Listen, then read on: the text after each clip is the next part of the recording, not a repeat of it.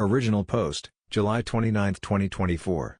I'm a 34-year-old guy, and I have a 16-year-old stepdaughter. My wife is 31. In high school, my wife was a popular girl stereotype.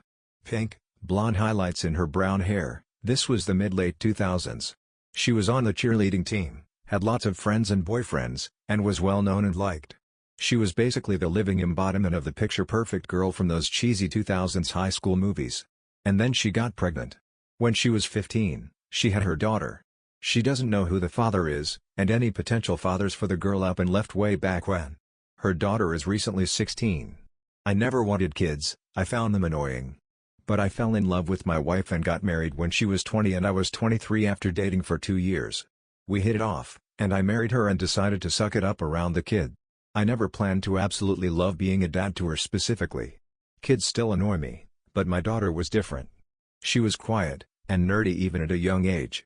I married her mother when she was 5, and we clicked right away. We went on daddy-daughter dates every weekend. I played dolls with her. Let her paint my nails and do makeup on me. I drove her to and from school in my cop car. We even did daddy-daughter duo costumes for Halloween. Over the past 2 years, she's developed a darker dress style. I don't know what the proper subculture of her outfits are, but according to her, she's dressing like a horror game protagonist in a Monster High character. Purple is the main color she incorporates into this specific aesthetic blend, as she calls it. I don't get it, but maybe that's because I'm a man in my 30s, I don't know. She likes ghosts, tarot cards, vampires, zombies, aliens, and creepy Victorian dolls. I don't get it, but also, I don't care because if it makes her happy, so what? She's also an introvert, and prefers to play games on her computer or read fantasy occult novels rather than hang out with other teens her age. She has friends, so I'm not too worried about her being completely withdrawn. I'm just glad I don't have to drive her around since she only has a learner's permit currently. My wife hates this. My wife always wanted a girly girl. Pinks and pastels and flowers and all that. She wants her daughter to get a boyfriend, be more social, be a cheerleader like she was. Which, in itself is valid. I get it, I'm sure almost every parent has preferences for what they want their kid to turn out like, and some disappointment when they stray from that fantasy is valid. My wife will constantly take and hide my daughter's darker room decor. She constantly gets pastel dresses for our daughter, tells her to wipe off her dark eye makeup, tries to set her up on dates with jock types from my daughter's school, and convinces her to sign up for both school and summer activities like cheerleading or volleyball. I could have put up with all of that, I really could have. But a few weeks ago, I woke up to my wife finally hitting her breaking point. I woke up in the middle of the night to my wife screaming and having what I can confidently describe as a borderline meltdown. She was crying and saying all she ever wanted was a normal daughter who likes pink, and is a cheerleader, has a boyfriend, and will give her grandkids. I had to drag her out of the hallway after 30 minutes of this. I kept thinking it would stop, but it kept going on and on. My daughter was just staring at this whole thing in the doorway of her room. What caused this meltdown from my wife? My daughter dyed purple over the blonde highlights my wife had forced her to get in her hair. Which wasn't even breaking a house rule, as my wife and I have both told her she can do whatever she wants with her hair as long as she doesn't stain too many towels. It's been weeks, and my daughter won't talk to her mom. My wife is still up with her antics, but now it's in overdrive. Every day she brings home some type of trendy clothing in pink or pastels and tries to give it to my daughter. My daughter is getting fed up and stays in her room all day, and has confessed to me she can't wait for school to start back up in a few weeks so she can get out the house and be with her friends again. I don't know what to do. I feel like I'm stuck between a rock and a hard place. I don't want to side with anyone in this situation. I understand my wife wants a daughter who she can relate, and my daughter wants a mom who understands her. I don't know what I can or should do. I need help. I need advice. Update 1, August 5, 2024. It's been about a week since I last posted about how my wife was having a meltdown over how my daughter chose to dress. 2 nights after I posted, I sat my wife down and very bluntly asked her what exactly the problem was. She kept saying she just wanted a daughter who was similar to her, but after I kept asking, she broke down and admitted the real reason why she was having her meltdowns. My wife feels that her daughter is the only way for her to have more family in the future. She's estranged from her siblings, her parents don't speak much to her, and all of her friends from high school stopped talking to her after her pregnancy. She wants a family back, and she's hoping that her daughter will marry a nice boy and give her grandkids so she can have a family again. She said she never brought up having more kids with me because she figured I'd be against the idea. I don't know how I feel about having more kids with my wife, but it certainly won't happen now. So my wife is in therapy to try and get her to realize that she can't just view my daughter as a way to create a family. She's doing well so far, but it's too soon to really tell. My daughter is also in therapy. She's been in therapy since she was a kid for bullying issues, but now her therapist is trying to focus on the meltdown situation with her. My daughter actually seems relatively unaffected by this whole situation other than a little annoyed, so I don't know if that's good or not. I took my daughter to Hot Topic for some back-to-school accessories and then took her out to eat, just the two of us. She's still excited to go back to school, she misses her friends and her clubs. My wife and daughter have started talking normally again. They had a long talk, which I was present for, where my wife apologized for being so pushy and extreme with her wishes. My daughter was well receptive to this talk and seems to be back to her normal self. I am keeping an eye on both of them to be sure. My wife is doing her best to understand my daughter's interests. Last I know, the two were watching some slasher TV show on Hulu as a way to bond, and it appears to be working. There isn't any bad blood between the two. I know things are soon, and that things can change, but so far everything appears to be smoothing over pretty well. Thank you for all the advice, harsh and gentle, that I reviewed through my original post. It definitely slapped me in the face as to what could happen if I didn't get both of them help and make them talk it out. Relevant comments. Comment 1. Do you not think that couples counseling would be a good idea, or are we just ignoring the huge elephant in the room? Your wife wants more kids. You've just said you definitely don't, which is fine, and that's going to cause resentment. If she is set on having more kids and you're set on not having any, then isn't it cruel to stay married to each other? OP. I'm not opposed to having kids in a bit, just not now. I originally didn't want kids, but I love being a dad to my daughter, and I know now that if more kids were to happen, I'd also love being a dad to them. I just don't think it's a good idea to have kids now given that wife is working on herself in therapy. I'm not trying to rush things right now because we still have time to have kids. My mom had me at 37, so I know that we still have time to have kids if we decide on that. Comment 2. Why does your wife assume that just because your daughter dresses in the way that makes her happy and follows her interests that she won't ever have kids? What makes your wife assume only, I peaked in high school girls, could have families? I'm glad she's in therapy, and I hope the daughter only changes if she wants to change and not because her mom is a wacko. OP. It confuses me too, because my daughter has said she wants kids in the future. We've had talks about her future before, and she has mentioned how she wants a good job so her and her kids can be rich. I know she's 16 and that she can still change her mind, but as of now she seems pretty sure of having kids in her adult years. Story 2. My wife won't dismiss our daughter's pain and I'm losing my mind. Original post, July 27, 2024. My, 28 female, wife Sophia, 26 female, takes every scratch our daughters, 7 and 5, get extremely seriously. Every bruise, every scraped knee, every cut is an emergency to her. And because they're emergencies to her, they become emergencies to the girls. Not only does this mean it's hard to tell when an injury is actually dangerous, did she twist her ankle, or break it? Is her arm bruised, or fractured? But the kids are responding badly to any hurt they feel now. At the mere sight of blood, the 7 starts wailing like she's been stabbed. Even worse, her sister has started intentionally banging her arm into things or falling on concrete if she thinks she's not getting enough attention. Last week my wife took the oldest one to urgent care because she got a canker sore and Sophia was convinced it was something more sinister. While she was gone I had the younger one, who was upset that Sophia had spent so long on her sister and had now taken her to the doctor to get special attention. So she threw herself on the tile floor in front of me and started screaming and holding the wrist she hadn't actually twisted. I'm so tired of all of this I just let her scream. When I didn't give her the attention, she wanted her screaming in pain turning into sobbing because I wasn't cuddling her and kissing her better and promising her cookies and a late bedtime. I told her I'd be in the den with the cats when she felt like joining us. I felt bad for letting her cry herself out, but she's never going to learn to walk off scooter falls or getting hit with dodgeballs at this rate, and she can't be rewarded for this kind of behavior. It's just not healthy. Eventually, she ran out of tears and came to sit with us, and I let her have a watered-down soda. Well, when Sophia got back with the older kid, who now had the same numbing gel we already had in the cabinet and a $200 urgent care bill, our younger daughter told her what happened and now she's furious at me for ignoring something that could have been serious. I told her she's the one making mountains out of molehills, and feeding into the actual dangerous behavior. We've been fighting about it all week and the kids have only been acting up more as a result. I'm so tired of this.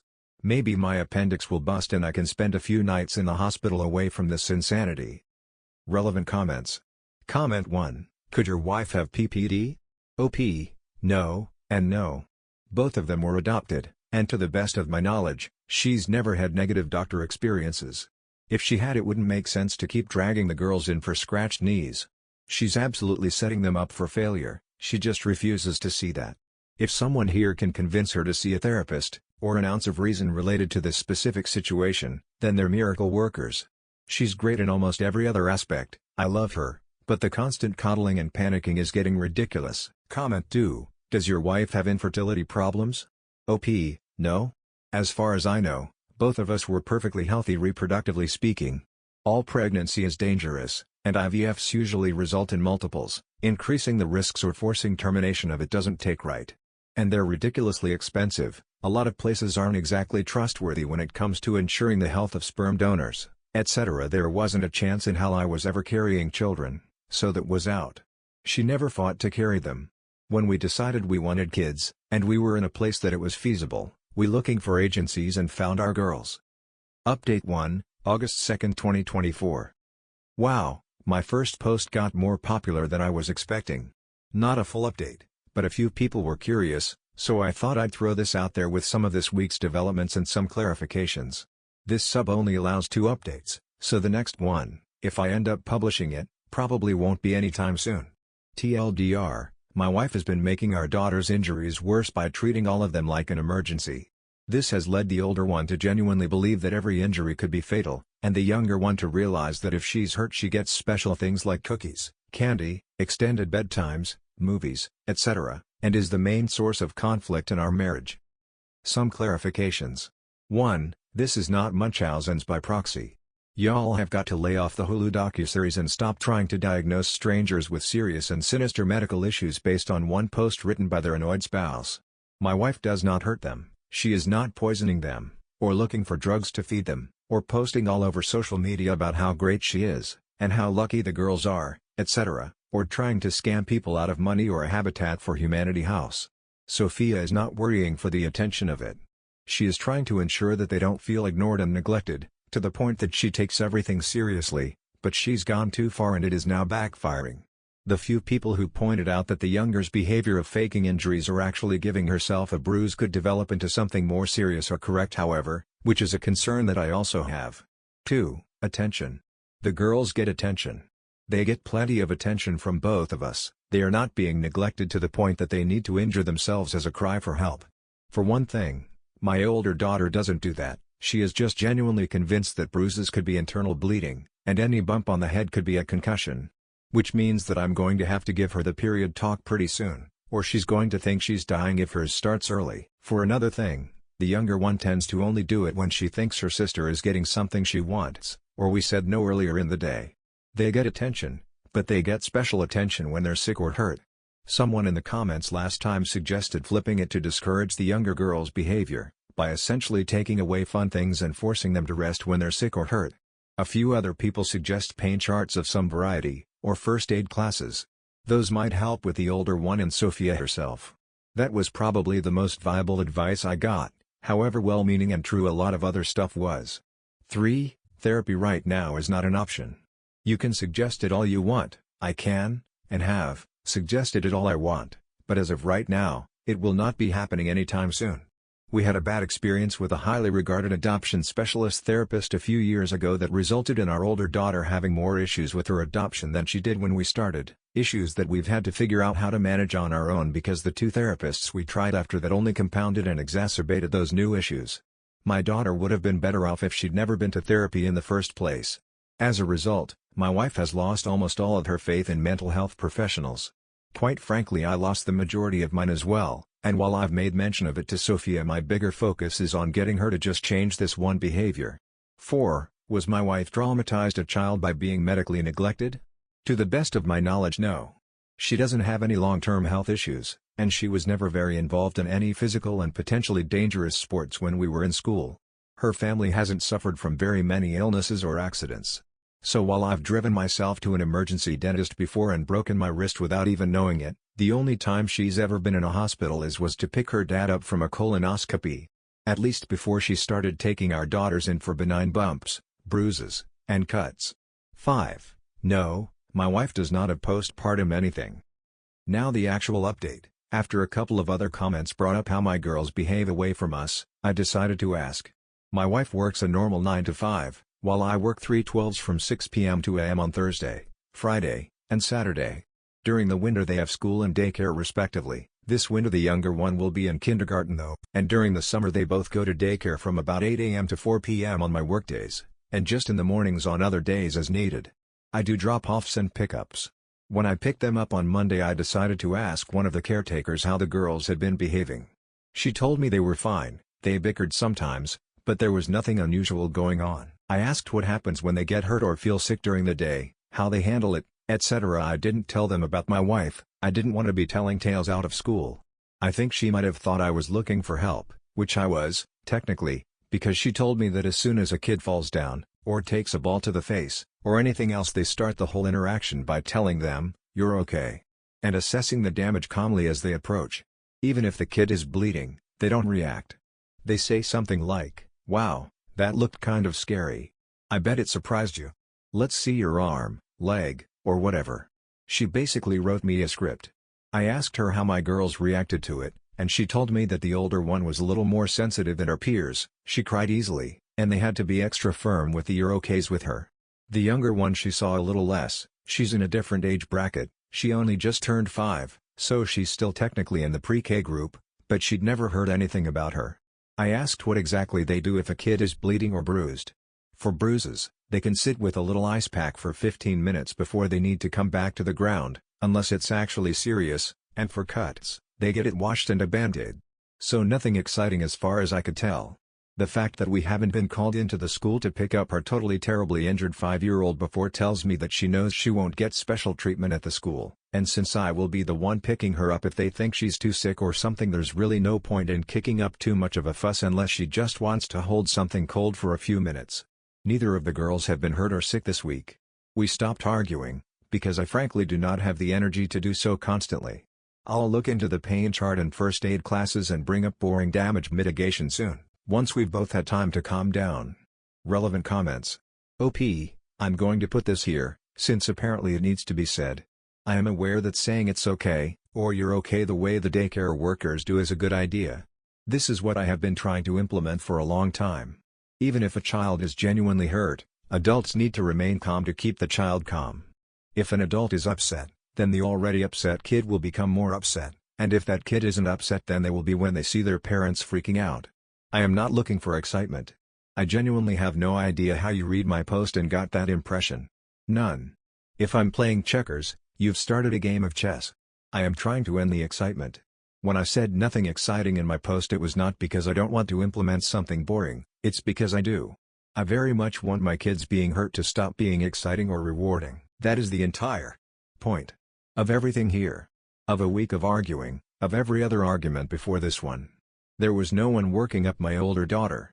The younger one wasn't getting rewarded, if anything. Being hurt at daycare got her essentially a timeout with an ice pack, or rubbing alcohol, and a pat on the back. That is a good thing. That is what I want.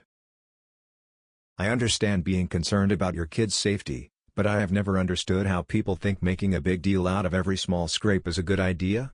Also, I hope OP is able to make her wife see reason, because this is going to mess the kids up in the long run. Anyway, that's all for this video. If you enjoyed, please like and subscribe. Thank you for watching. I will see you in the next video.